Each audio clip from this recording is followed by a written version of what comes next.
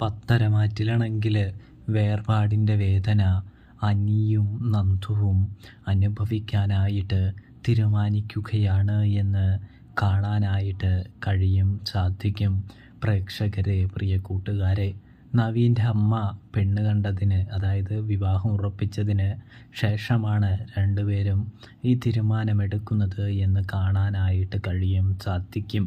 സത്യം പറഞ്ഞാൽ നവീൻ ഇതൊന്നും അറിഞ്ഞിട്ടില്ല. നവീൻ അറിയുമ്പോൾ നവീനാണെങ്കിൽ എന്തിനാണ് ഇപ്പോൾ നിങ്ങളിതൊക്കെ പറയാൻ പോയത്, ആരോട് ചോദിച്ചിട്ടാണ് പോയത് എന്ന് ചോദിക്കുന്നതാണ് കാണാനായിട്ട് സാധിക്കുക.